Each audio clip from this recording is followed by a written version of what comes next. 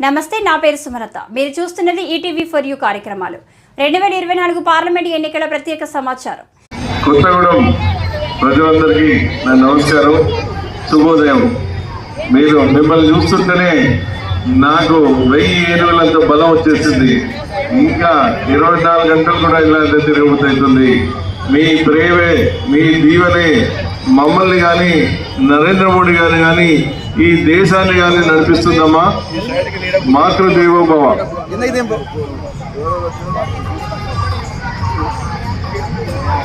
ఇప్పుడు మనకి ముందున్నది ఇంకా 5 రోజులలో మనకు గొప్ప దినం ఉంది. మే 13. ఆ రోజు మీరందరూ ఏ గుర్తుకు ఓటేస్తారమ్మా? కమలం గుర్తుకు ఓటేసి మన జీవితాలు మనం బాగు చేసుకుందాం, మన అభివృద్ధి మనం బాగు చేసుకుందాం.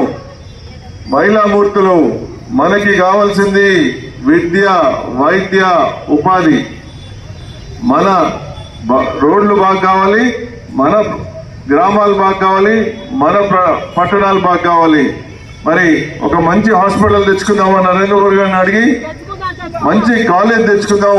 మీ బిడ్డలందరూ ఇక్కడ చాలా మంది మా చెల్లెళ్ళు ఉన్నారు, తమ్ముళ్ళు ఉన్నారు. మనం హైదరాబాద్ పోయి పనిచేద్దామా? మన కొత్తగూడెంలో పనిచేసుకుందామా? ఖచ్చితంగా కొత్తగూడెంలో ఒక ఐటీ పరిశ్రమ వస్తుంది. మీకు సరిపోయేటట్టు మీకు ఉద్యోగాలు వస్తాయి. మనకి కావాల్సిన పరిశ్రమలు మనమే తెచ్చుకుందాము. మన హాస్పిటల్స్, మన కాలేజెస్ మనమే తెచ్చుకుందాము. ఎక్కడో ఎవరినో అడిగి బతిలాడే పని లేదు. మన కొత్తగూడెం, పాల్వంచ, ఖమ్మం మంచి నగరాలలో తీర్చుకునే అవకాశం మనకుంది. నరేంద్ర మోడీ గారు ప్రపంచంలోనే భారతదేశాన్ని గొప్ప దేశాన్ని తీసుకెళ్తున్నప్పుడు మరి ఖమ్మం కూడా తెలంగాణలో ఓ ముఖ్య ప్రదేశమా కాదా? మరి మన ప్రదేశాన్ని గత 10 సంవత్సరాలలో ఏమన్నా ఇంప్రూవ్ అయిందమ్మా? మనకి ఏదన్నా గర్వకారణంగా మంచి కాలేజ్ ఏమైనా వచ్చిందా? హాస్పిటల్ ఏమైనా వచ్చిందా? లేకపోతే పరిశ్రమలు ఏమైనా వచ్చినాయా? ఉన్న కేటీపీఎస్ మూతపడిపోతుంది, దాని కళ విహీనం అయిపోతుంది. సింగరేణి కాలనీస్ ఒకప్పుడు ఎట్లుండేది ఇక్కడ కొత్తగూడెం అంటే కలకల్లాడుతుండేది.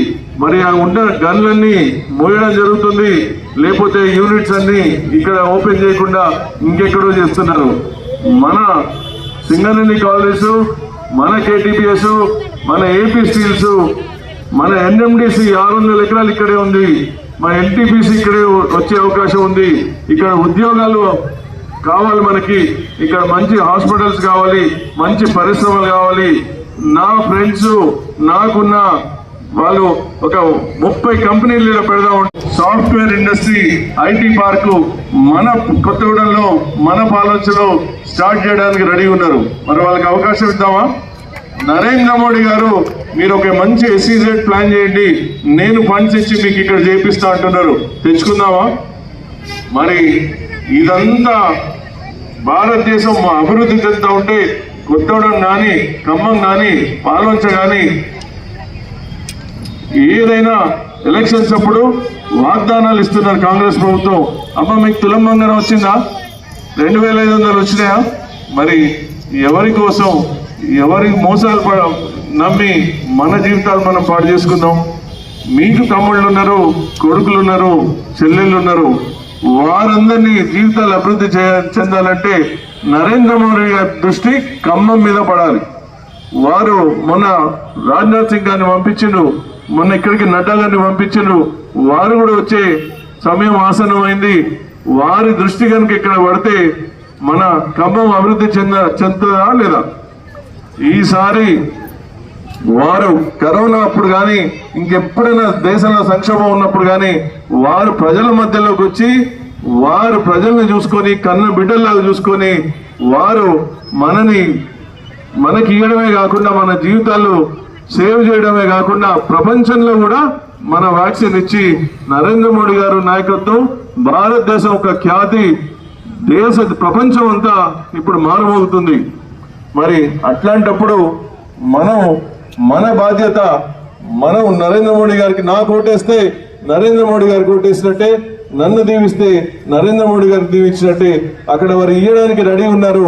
తెచ్చేవాడు కావాలి కాబట్టి ఇక్కడ ఈ గడ్డ బిడ్డను కాబట్టి ఇక్కడ పుట్టి పెరిగిన కాబట్టి ఇక్కడ అవకాశాలు మనకు తెలుసు, ఇక్కడ సమస్యలు మనకు తెలుసు, మీరు తెలుసు, మన ఇక్కడ ఉన్న గిరిజన ప్రజలందరూ వారి అవకాశాలు తెలుసు. కాబట్టి లోకల్లో ఉన్నవాడు లోకల్ సమస్యలు తెలుస్తుంది. వాడు మనం నరేంద్ర మోడీ గారికి మనం చెప్పొచ్చు. ఎక్కడి నుంచి చెప్తారు, మళ్ళీ వారు కుటుంబం పాలన చేసుకుంటారు, వాళ్ళ పరిశ్రమలు పెట్టుకుంటారు. కానీ మనను ఉద్దేశించి మనకి కావాల్సిన మన జీవితాలు బాగుపడ్డట్టు మనకేం లేరు. ఈసారి ఖమ్మంలో కమలం వికసింపజేయండి. ఇక్కడ వీరు బస్తర్ మహారాజు ఛత్తీస్గఢ్ నుంచి వచ్చిండ్రు. వీరు ప్రైమ్ మినిస్టర్ గారు నరేంద్ర మోడీ గారు వీరి ఇంటికి పోయి మొన్న 45 నిమిషాలు ఉన్నారు. వీరి కోట, వీరి ప్రజల మనిషి, ప్రజల రాజు, వీరి దగ్గర 45 నిమిషాలు ఉండి అమిత్ షా గారు కూడా ఉన్నారు. వీరు డైరెక్ట్ గా నిన్నేదో ఖమ్మంలో సమస్య వస్తే ఫోన్ చేసి పిఎంఓ ఆఫీస్కి చేస్తే నిమిషాల మీద పని అయింది. మరి ఇట్లాంటి వాళ్ళు మనం తెచ్చుకొని మన పనులు చేసుకుందామా? ఇంకెవరన్నా వాళ్ళ ఇంట్లోకి, వాళ్ళ గెస్ట్ హౌస్ లోకి తీసుకెళ్లి వాళ్ళ బిజినెస్ ఇంప్రూవ్ చేసుకునేటట్టు మనం ఓటేద్దామా? ఇంకా వీరు కాక ఇంకా 20 మంది మినిస్టర్స్ ఉన్నారు. వారందరు కొత్తగూడెంకి కానీ ఖమ్మంకి కానీ ఫోన్ చేస్తే వచ్చేంత సన్నిహితులు. మరి వాళ్ళందరినీ తెప్పించుకొని కోల్ మినిస్టర్ ఇక్కడ తెప్పించుకొని ఎయిర్పోర్టు మాధవరావు సింధియా గారు వీరి బంధువు అవుతారు. మరి ఒక్క ఫోన్ చేస్తే కొత్తగూడెం వచ్చి ఇక్కడ ఉన్న ఎయిర్పోర్ట్ కానీ మనకు ముఖ్యంగా గిరిజన బిడ్డలకి ఏదైనా అయినా మనకి ఏదైనా కావాలన్నా హైదరాబాద్ పోవాలన్నా నిమిషాల మీద పోవాలి అంటే ఎయిర్పోర్ట్ ఉండాలి. ఇక్కడ పరిశ్రమలు బాగుపడాలంటే ఎయిర్పోర్ట్ ఉండాలి. భద్రాచలం ఇంప్రూవ్ కావాలంటే ఇక్కడ ఎయిర్పోర్ట్ ఉండాలి. మరి వీరి బంధువైన మాధవరావు సింధియా గారు వీరు చెప్తే మన దగ్గరకు వచ్చే అవకాశం ఉందా లేదా? ఎందుకంటే మన ప్రభుత్వం కాబట్టి, మన మనుషులు కాబట్టి. ఇలా మన రాజ్నాథ్ సింగ్ గారు అత్యంత సన్నిహితుడు, నాకు కూడా పర్సనల్గా తెలుసు. వారిని నేను అడిగి ఏదైనా డిఫెన్స్ ఇండస్ట్రీ కానీ, ఇప్పుడు ఇక్కడ పోర్టుకి సముద్ర తీరానికి రోడ్లు అవుతున్నాయి. మరి అట్లాంటి ఏమైనా ఇండస్ట్రీస్ పెట్టుకుంటే కనీసం 10-15 వేల మంది ఒక్క ఆయన ఇండస్ట్రీ పెడితే వస్తాయి. మరి మనల్ని మన కోసం, మన అభివృద్ధి కోసం, మన జీవితాలు బాగు చేసుకోవడం కాదు, మీ పిల్లల జీవితాలు బాగు చేసుకోవడం కోసం ఈసారి కమలానికి ఓటేయండి. మోసం మళ్ళీ వస్తారు 3 రోజులలో, మీకు ఏవో ప్రలోభాలు పెడతారు, నమ్మకండి. మన కోసం ఈసారి నరేంద్ర మోడీ గారిని కమలం గుర్తుకు మీరు ఓటేసి నన్ను గెలిపియండి అని నా ప్రార్థన. ఇది మన కోసం కాబట్టి మరీ నేను మిమ్మల్ని ప్రార్థిస్తున్నాను, వేడుకుంటున్నాను మన కోసం.